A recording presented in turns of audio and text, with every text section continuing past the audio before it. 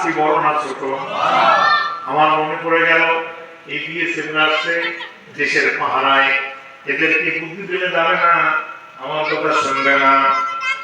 হঠাৎ করে হলো গোটা মুসলমান একবার আল্লাহু আকবার ধ্বনিতে, এই আল্লাহু আকবার ধ্বনিতে ওদের কলিজা কেটে উঠবে, ওরা এখান থেকে জায়গা ত্যাগ করবে। জোরে বলুন সুবহানাল্লাহ।